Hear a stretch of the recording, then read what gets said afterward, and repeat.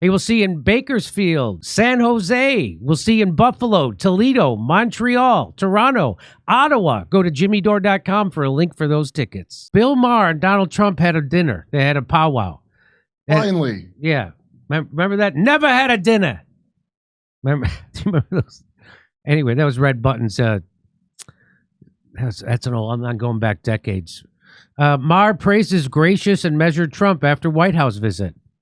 This just happened. Did they bond because both of them are ready to deep throat Benjamin Netanyahu at a moment's notice? Is that what happened? That's what I heard. That's what I heard. That's the word I. So this is from the Vigilant Fox. He got these clips. So on March 31st, Maher met Trump at the White House, arranged by his friend Kid Rock. It turned out to be surprisingly warm, candid, and friendly one-on-one conversation. So let's watch this. As you know, 12 days ago, I had dinner with President Trump, a dinner that was set up by my friend Kid Rock, because we share a belief that there's got to be something better than hurling insults from 3,000 miles away. And let me first say that to all the people who treated this like it was some kind of summit meeting, you're ridiculous. Like I was going to sign a treaty or something. I have no power. I'm a fucking comedian, and he's the most powerful leader in the world. I'm not the leader of anything, except maybe a contingent of centrist-minded people who think there's got to be a better way of running this country than hating each other every minute.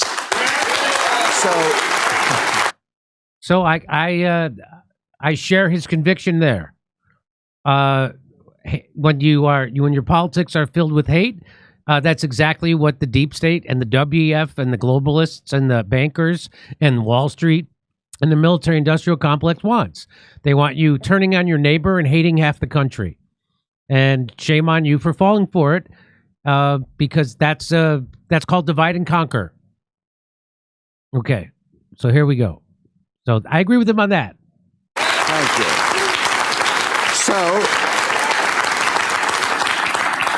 Okay.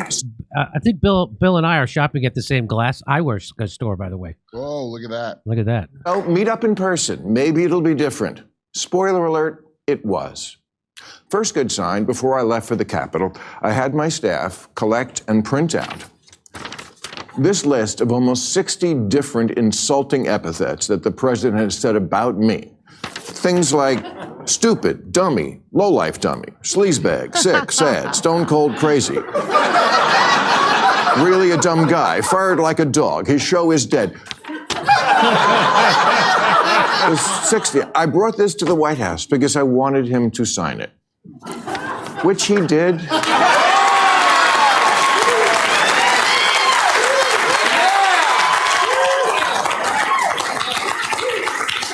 Which he did with good humor. And I know as I say that, millions of liberal sphincters just tightened. Oh my God, Bill, are you going to say something nice about him? What I'm going to do is report exactly what happened. You decide what you think about it. And if that's not enough pure Trump hate for you, I don't give a fuck. So what's interesting here is that this is what he should have did 10 years ago in 2017, when Trump didn't know what he was doing. He was an accidental president. He didn't have a real agenda. The worst thing about him was that he parroted the immigration policy of guys like Bernie Sanders, Hillary Clinton, and Bill Clinton. That was the worst thing about him at that point. Now he's actually doing stuff. Now he's actually bombing Yemen, threatening war with Iran. He's going to ethnically cleanse Gaza. He's clamping down on the First Amendment. He's writing laws to curtail your free speech and at the behest of Israel, a foreign country. So back when they were coming at him over Russiagate, which is completely invented, which was completely a fraud, hoax, conspiracy theory that was made up. That's when you should have been doing that. That's when it could have been helpful. Anyway, but at least I guess he's doing it now. Here we go. Bill Maher continued to explain he was stunned to see Trump treat him warmly. Here we go. And he gave me a bunch of hats, but he didn't ask me to take a picture in one, which I appreciated. The guy I met. By the way, when he says there's got to be something better than hurling insults,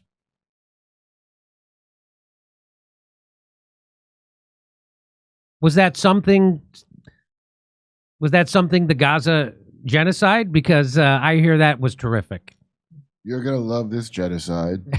Where do you see it? Where do you see it? Okay. And he gave me a bunch of hats, but he didn't ask me to take a picture in one, which I appreciated.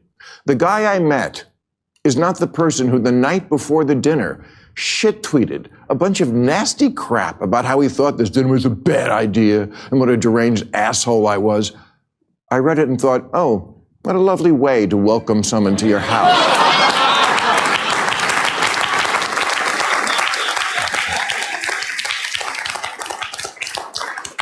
But when I got there, that guy wasn't living there. Now, does Trump want respect? Of course, who doesn't? My friend said to me, what are you going to wear to the White House? I said, I don't know, but I'm not going to dress like Zelensky, I'll tell you that. But, okay.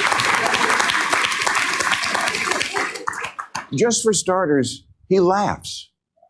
I'd never seen him laugh in public, but he does, including at himself. And it's not fake. Believe me, as a comedian of 40 years, I know a fake laugh when I hear it. And I thank you for them. So this Zelensky wore you. Oh, go ahead. Zelensky wore a Ukrainian tuxedo. They call it. It may not have been a summit, but it is the end of the oldest, whitest non-rap beef of all time. Yeah. They finally settled their beef. They settled their beef. So here he is summarizing the meeting. And I don't remember exactly what we were talking about, but it must have been something with the 2020 election, because I know he used the word lost. And I distinctly remember saying, wow, I never thought I'd hear you say that. He didn't get mad. He's much more self-aware than he lets on in public. Look, I get it. It doesn't matter who he is at a private dinner with a comedian. It matters who he is on the world stage. I'm just taking as a positive that this person exists, because everything I've ever not liked about him was, I swear to God, absent, at least on this night with this guy. Bob, Kid Rock, told me the night before, he said, if you want to get a word in edgewise, you're going to have to cut him off. He'll just go on. Not at all.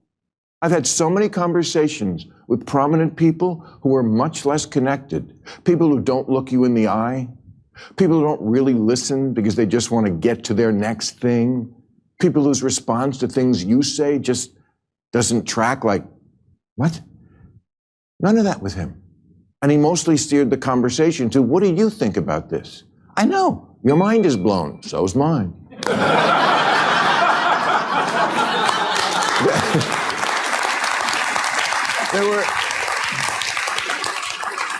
There were so many moments when I hit him with a joke or contradicted something, and no problem. At dinner, he was asking me about the nuclear situation in Iran in a very genuine, hey, I think you're a smart guy, I want your opinion sort of way. And I said, well, obviously you're privy to things about it I'm not, but for what it's worth, I thought the Obama deal was worth letting play out because we made Iran destroy 98% of the uranium, and they were 15 years away from a bomb. And then I said to him, but we got rid of that. You got rid of that. He didn't get mad or call me a left-wing lunatic. He took it in. I told him I thought parts of his plan for Gaza were wacky, but that I had supported him in the idea that Gaza could be Dubai instead of hell. I told him he was wrong when he tweeted the night before that I was critical of all things Trump. Not true. Check the tapes. Check the tapes.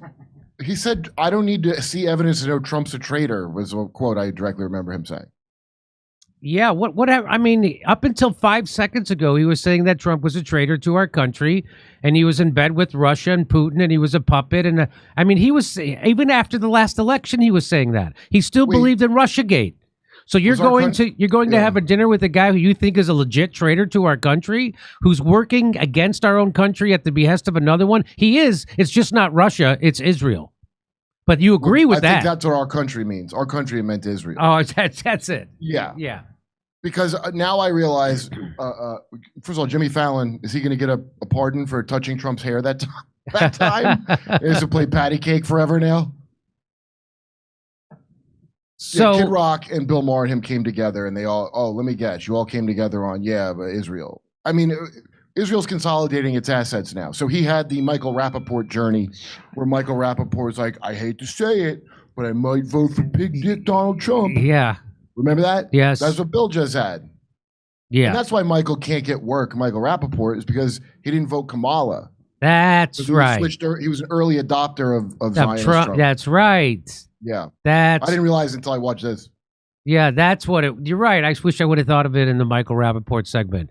It's because he supported Trump. That's why. Yeah. That's right. Yeah. I mean, what could bring everyone together? I knew the death of woke was October 7th because that's when all these identity groups that were trying to get this level of like Israeli control over your speech patterns. And then it was like, nope, the first wife, we're getting back with our first wife, Israel. Whatever Yeah. she says, we have to do, you know? Yep. So Maher then said he felt more comfortable speaking with Trump. That let's listen. Let's listen to him say it. I never felt I had to walk on eggshells around him. And honestly, I voted for Clinton and Obama, but I would never feel comfortable talking to them the way I was able to talk with Donald Trump. That's just how it went down. Make of it what you will. Me, I feel it's emblematic of why the Democrats are so unpopular these days. Well, so I heard the Due Dissidence fellows make this point, and it's because Trump was always he was always touted as a business genius and a political novice, but it's the exact opposite. Trump's really great at politics. He knows how to make people feel comfortable. He's good at glad handing. He's good at remembering your kids' names and all that stuff that makes you feel good. Like, oh, I feel heard by this important, powerful person. Keith Olbermann used to say that about him because they lived in the same building. Keith Olbermann lived in his building in New York, and he would see him on the elevator. And, hey, Keith, how you doing? And how's this? And so it's the kind of the exact opposite. He's really, I mean, I don't know how bad he is at business. He is a billionaire. He does have his own jet, for F's sake. Yeah, what does business mean to people? I remember the big criticism was he's not really a billionaire. He's lying and saying he is. Yeah. He's not quite there. I was like, wow, that's what you're. So, I was like, who cares? So about he's that? only worth $900 million, like Jerry Seinfeld, the most successful TV star in history. What a loser! What a How does it loser. feel to be on the bottom with the rest of us, liar. But he is genuinely worth billions of dollars.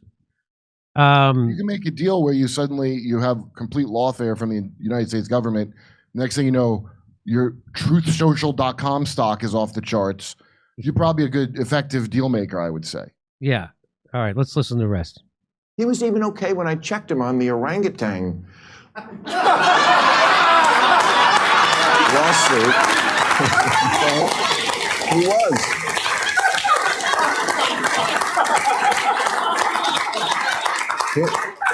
He said to Dana White, Bill said my father was an orangutan, and I really love my father. And I said, well, Mr. President, I did that because I didn't like what you were doing regarding Obama's birth origins. I thought that was low.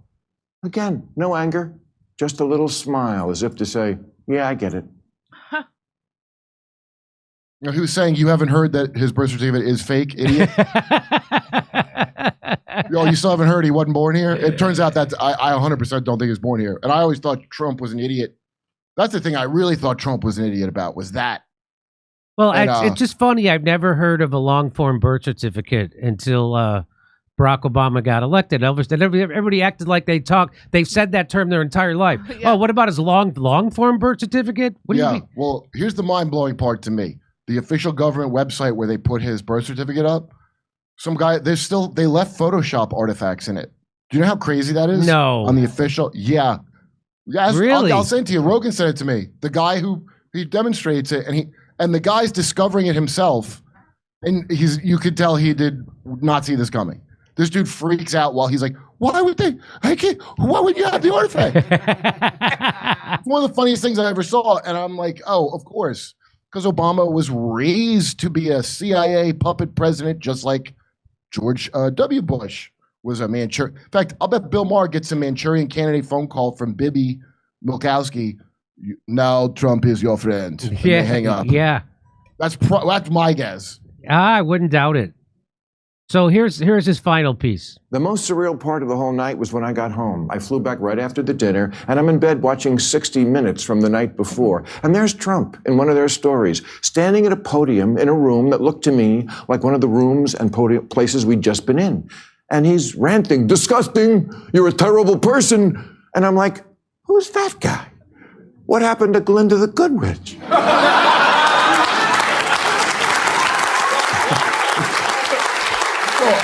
He's talking to Caitlin Collins, Bill. Yeah, to be fair. he's talking to garbage people who have been accusing him of being a traitor to our country since the first time he was elected president. That's why he talks to those people like that. And he's no more of a traitor than anybody else that Israel owns that runs the country. Yeah. So that like you don't get. How do you still not get that? It's on purpose. Like these people are like in a fog. I just talked to my friend from New York, who came to the mothership, and like, listen, the amount that people don't know anything, and especially if they're from certain areas, New York is worse than LA, I think. But like, just no thoughts about the Biden was senile ever. No, he had a stutter. All the things you would have thought people would have remembered by now. Oh yeah, BLM was a scam, I guess, wasn't it? Like they just forget stuff. Forget stuff and move on to the next thing. As Michael Malice says, they live in the perpetual present moment. Yeah, that's the goal. Yeah, forget. It's like when you say, "Hey, why did they all say that the vaccine stopped transmission?" And they all know they never said that. And then you show them a video of everybody saying it. Oh, well, that was before the bubble. No. You said they never said it. And the reason why you said they never said it was because the people who said it told you they never said it. So you would repeat that. And then you repeated it. And then I showed you that. And then you go, oh, no. So the same people who lied to you that it stopped transmission are the same people who lied to you said they never said it. So does you ever catch on that they're lying about everything at every fucking turn? No. It's called deep hypnosis. It's called hypnosis. If you have the misfortune of sitting through CNN or Fox or any of them on like a tarmac in an airplane because your earbuds died like I have, when you watch it, it's unbelievable what you're looking at. They only tell 3 stories and then they tell them over and over again. Then they have a panel of people who all say the same catchphrase about the story. It's like a children's show. Like the Democrats have been talking to people like it's Grover on Sesame Street for the last 12 years. It's gotten insane. I like how Bill Maher, like he lists all those aren't valid reasons to like or dislike. He's essentially sharing a Facebook post about what they had for dinner, but Donald Trump happened to be there. Yeah. And you know he lost half the room when he said, yeah, my friend Kid Rock. You know he lost half the room when he said that. Yes. But then he magically won them back when he presented a book of insults of him during dinner to Trump. That's when Trump signed it. Because you said his dad was an orangutan. It seems like worse than any of the insults on your signed insult page. So it's just weird that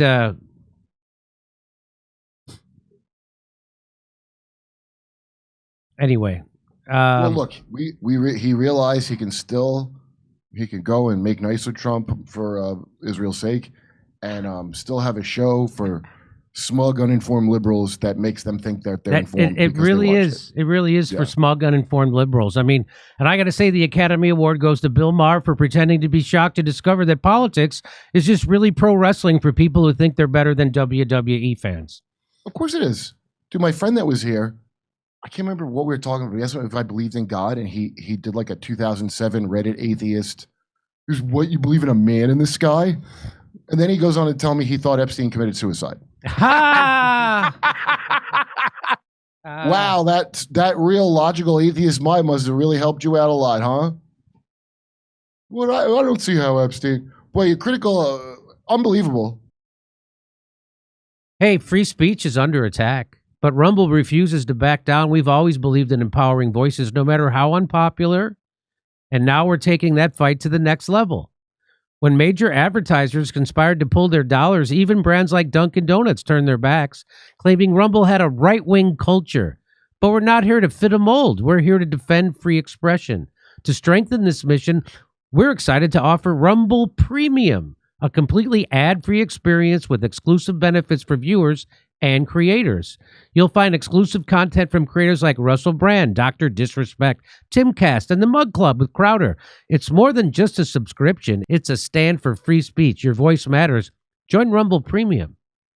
For a limited time, you can get $10 off an annual plan using promo DORE10. Visit Rumble today. Go visit rumble.com/premium/DORE10 and claim your discount today. Together, we can turn the tide, whether you join Rumble Premium or simply keep watching. Your support helps keep free speech alive. Hey, we'll see you in Bakersfield, San Jose. We'll see you in Buffalo, Toledo, Montreal, Toronto, Ottawa. Go to jimmydore.com for a link for those tickets.